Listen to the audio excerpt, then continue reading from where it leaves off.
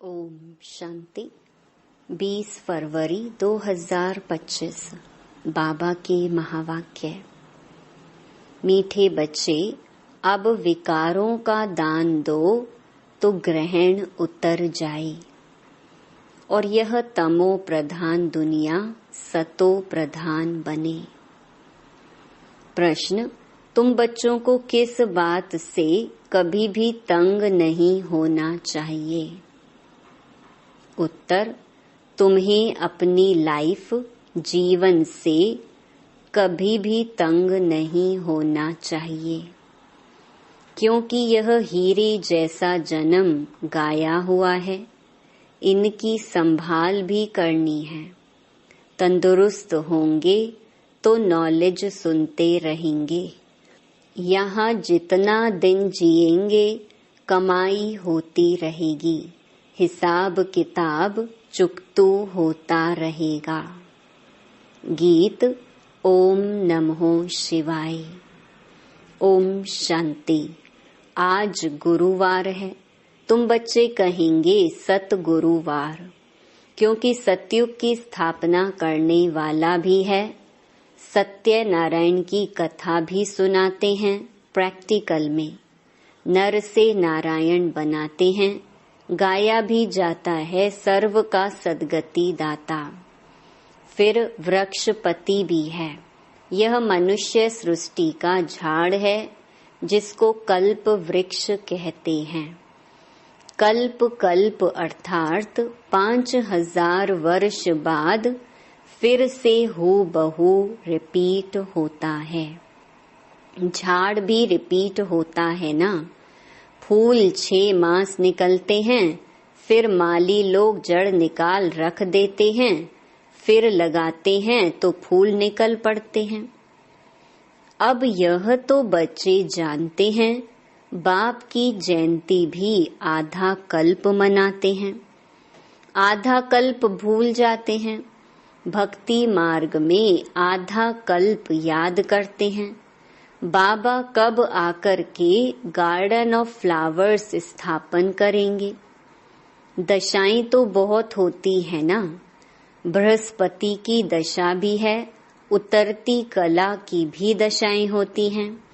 इस समय भारत पर राहु का ग्रहण बैठा हुआ है।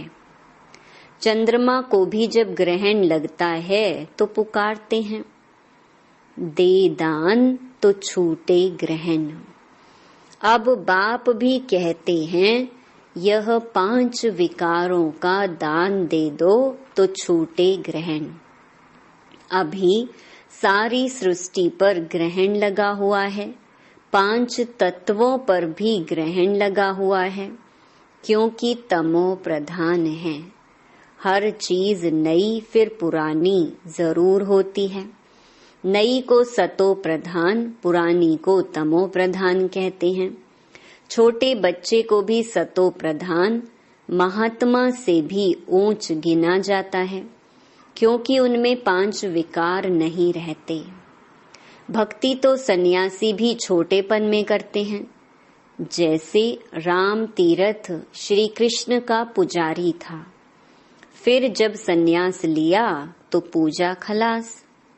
सृष्टि पर पवित्रता भी चाहिए ना।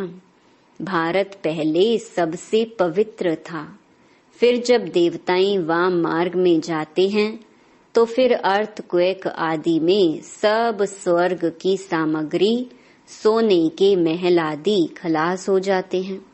फिर नए सिर बनने शुरू होते हैं। डिस्ट्रक्शन जरूर होता है। उपद्रव होते हैं जब रावण राज्य शुरू होता है। इस समय सब पतित हैं। सतयुग में देवताएं राज्य करते हैं। असुरों और देवताओं की युद्ध दिखाई है, परंतु देवताएं तो होते ही हैं सतयुग में। वहां लड़ाई हो कैसे सकती? संगम पर तो देवताएं होते नहीं। तुम्हारा नाम ही है पांडव। पांडवों कौरवों की भी लड़ाई होती नहीं। ये सब हैं गपोड़े। कितना बड़ा झाड़ है, कितने अथाह पत्ते हैं, उनका हिसाब थोड़े ही कोई निकाल सकते। संगम पर तो देवताएं होते नहीं। बाप बैठ आत्माओं को समझाते हैं, आत्मा ही सुनकर कान हिलाती है, हम आत्मा हैं। बाबा हमको पढ़ाते हैं, यह पक्का करना है। बाबा हमें पतित से पावन बनाते हैं। आत्मा में ही अच्छे व बुरे संस्कार होते हैं ना। आत्मा ऑर्गन्स द्वारा कहती है, हमको बाबा पढ़ाते हैं। बाप कहते हैं, हमको भी ऑर्गन्स चाहिए जिससे समझाऊं। आत्मा को खुशी होती है।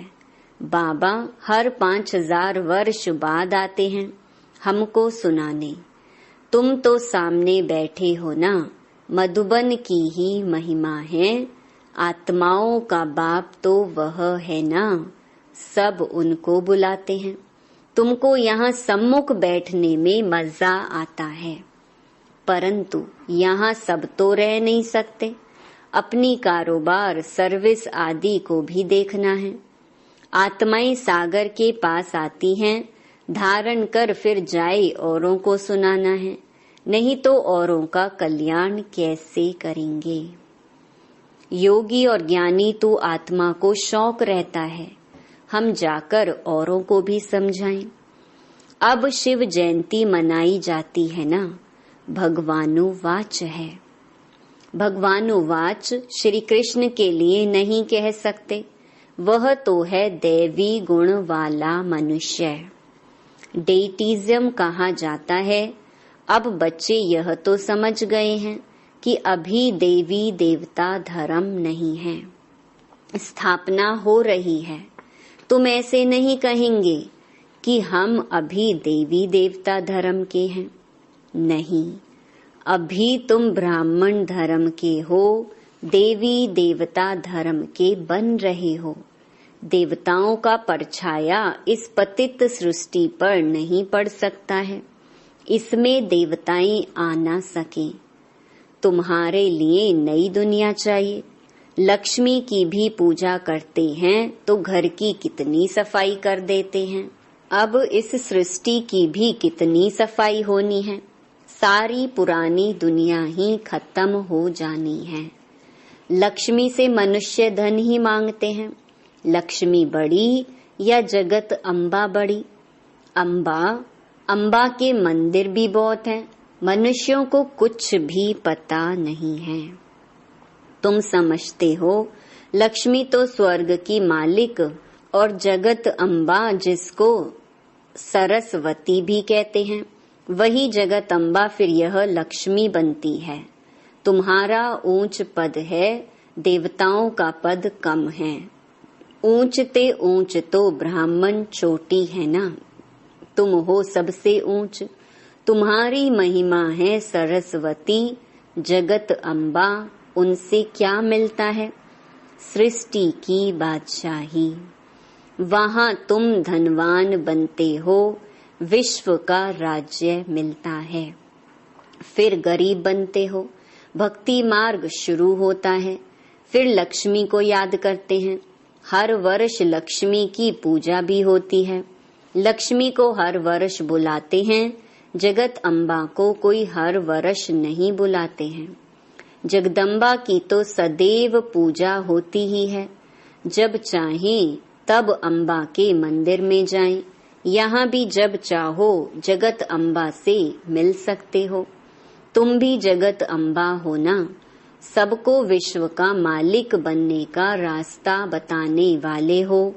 जगत अम्बा के पास सब कुछ जाकर मांगते हैं। लक्ष्मी से सिर्फ धन मांगते हैं, उनके आगे तो सब कामनाएं रखेंगे। तो सबसे ऊंच मर्तबा तुम्हारा अभी है, जबकि बाप के आकर बच्चे बने हो। बाप वर्षा देते हैं। अभी तुम हो ईश्वरीय संप्रदाय, फिर होंगे दैवी संप्रदाय। इस समय सब मनोकामनाएं भविष्य के लिए पूरी होती हैं। कामना तो मनुष्य को रहती है ना, तुम्हारी सब कामनाएं पूरी होती हैं। ये तो है आसुरी दुनिया। बच्चे देखो कितने पैदा करते हैं। तुम बच्चों को तो साक्षात्कार कराया जाता है सतयुग में कैसे श्री कृष्ण का जन्म होता है। वहाँ तो सब कायदे सिर होता है, दुख का नाम नहीं रहता। उनको कहाँ ही जाता है सुख धाम। तुमने अनेक बार सुख में पास किया है, अनेक बार हार खाई है और जीत भी पाई है। अभी स्मृति आई है कि हमको बाबा पढ़ाते हैं। स्कूल में नॉलेज पढ़ते हैं, साथ साथ मैनर्स भी सीखते हैं ना।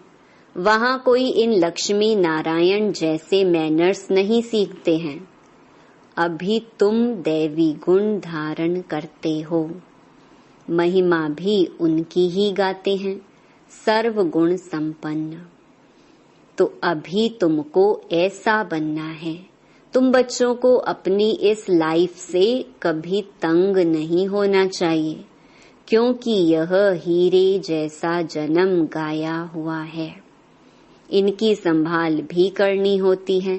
तंदुरुस्त होंगे तो नॉलेज सुनते रहेंगे, बीमारी में भी सुन सकते हैं, बाप को याद कर सकते हैं।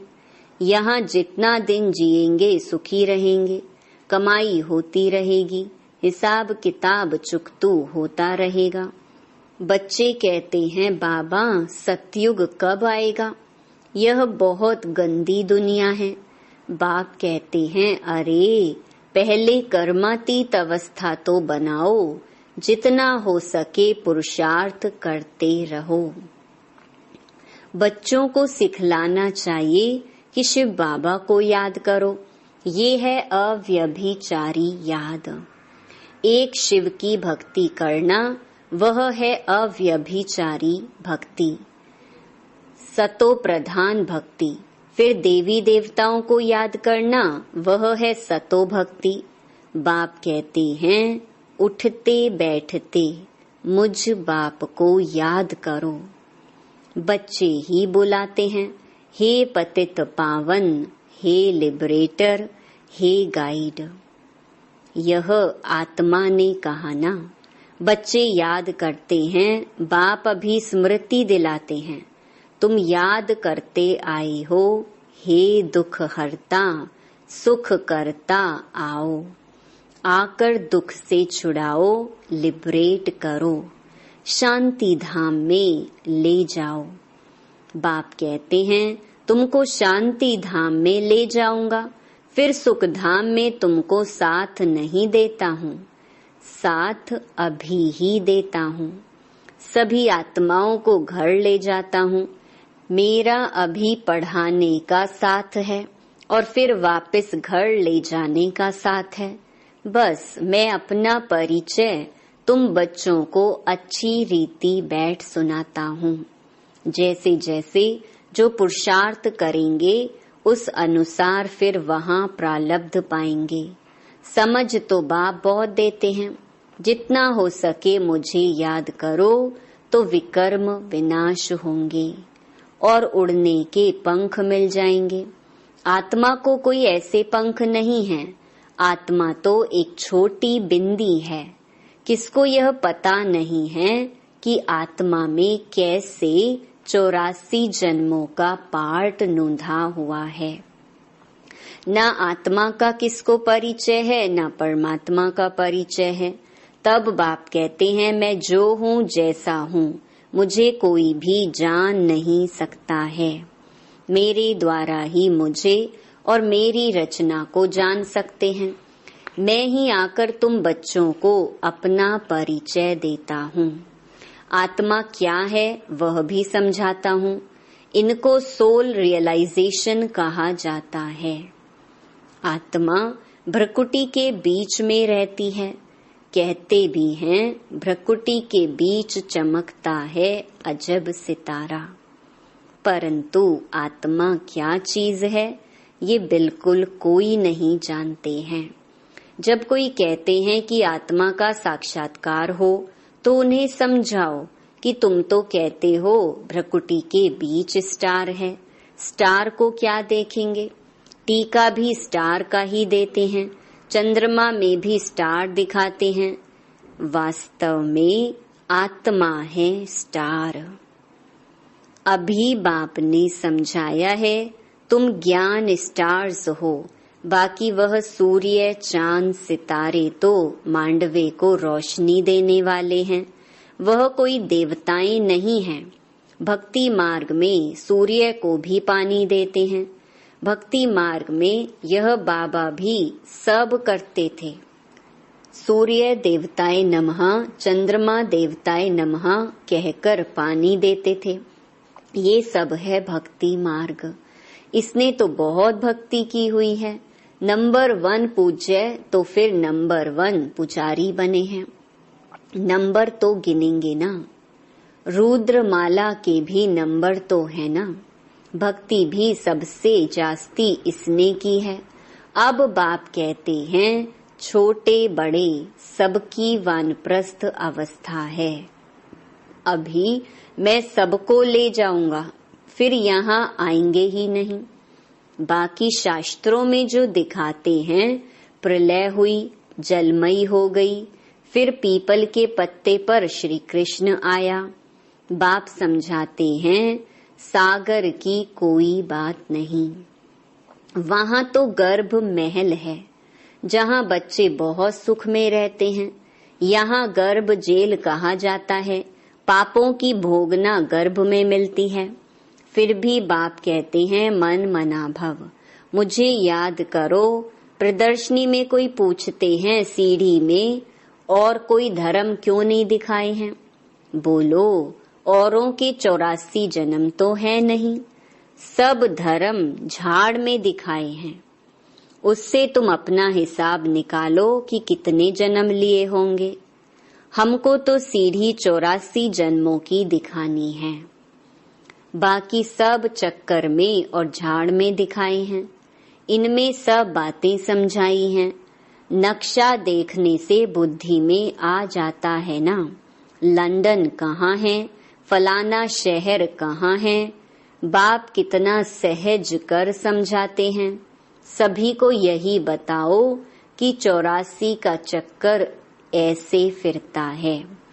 अभी तमो प्रधान से सतो प्रधान बनना है, तो बेहद के बाप को याद करो, तो तुम पावन बन जाएंगे और फिर पावन बन पावन दुनिया में चले जाएंगे।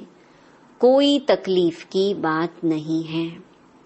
जितना समय मिले बाप को याद करो तो पक्की टेव पड़ जाएगी। बाप की याद में तुम दिल्ली तक पैदल जाओ तो भी थकावट नहीं होगी। सच्ची याद होगी तो देह का भान टूट जाएगा, फिर थकावट हो नहीं सकती। पिछाड़ी में आने वाले और ही याद में तीखे जाएंगे।